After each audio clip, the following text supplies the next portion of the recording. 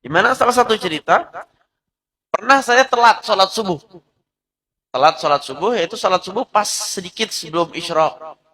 Dan di mana waktu itu sama Sidil Walid dan Habib Mundir, kita selalu sholat subuh berjamaah. Sholat subuh berjamaah dan membaca kitab. Dan hari itu saya telat. Karena memang tidur saya begitu berat. Jadi kalau saya sudah tidur memang bangunnya sulit. Pada waktu itu. Sekarang Alhamdulillah sudah lebih baik.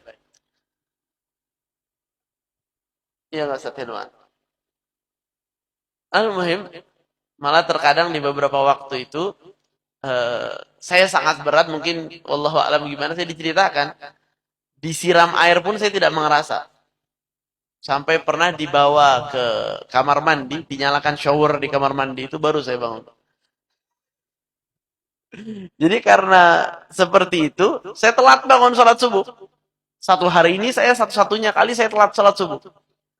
Saya masuk ke dalam kamar beliau dan wajahnya begitu murka kepada saya. Dia katakan, hari ini aku maafkan.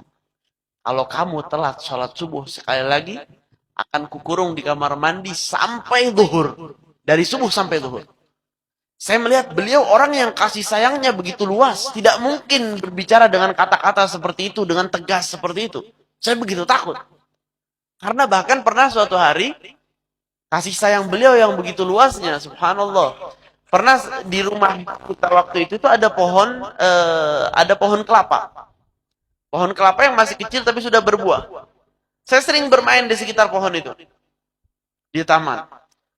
Waktu saya bermain di situ ada lebah. Ada lebah. Tidak tahu bagaimana, wallahu alam, lebah itu datang dan apa namanya? Menyengat saya. Gigit gimana, Bang? Menyengat saya. Bekasnya terlihat di jidat saya waktu itu. Saya menggunakan kopiah seperti ini. Biar apa? Biar tidak terlihat oleh beliau. Waktu saya sholat subuh, lihat dari jauh ada merah.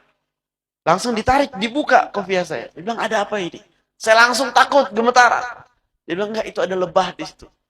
Dia langsung marah. Dia telepon ke salah satu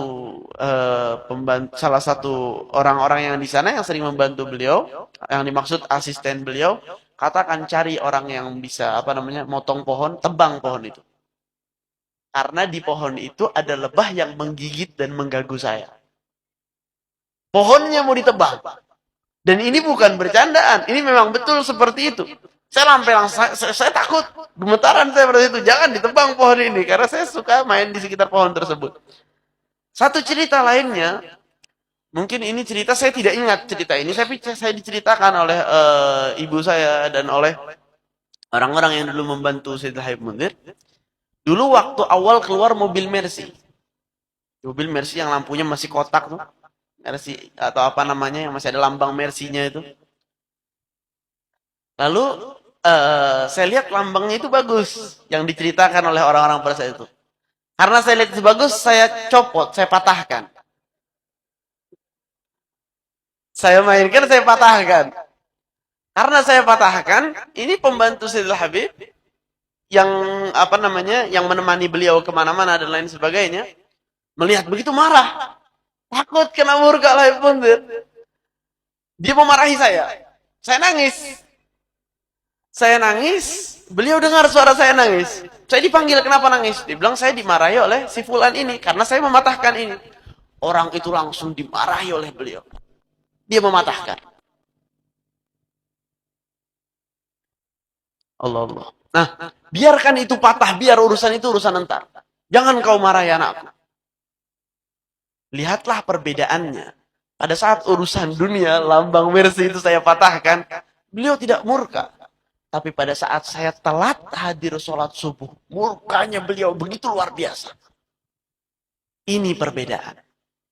Jika orang mengganggu apa yang kita punya, anak-anak kita melakukan kekurangan untuk kita,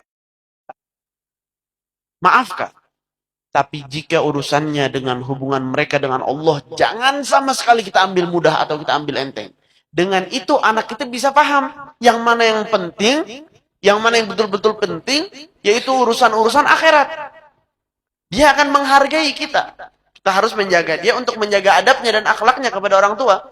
Tapi terkadang kita harus menunjukkan kasih sayang, harus menunjukkan kelonggaran di urusan-urusan tersebut dan menekan mereka di urusan-urusan penting, urusan Allah. Jadi dia mengetahui akhlak kepada orang tuanya penting, akhlak dan kehidupan sehari-hari, urusan-urusan dunia juga penting, tapi urusan Allah jauh lebih penting daripada itu.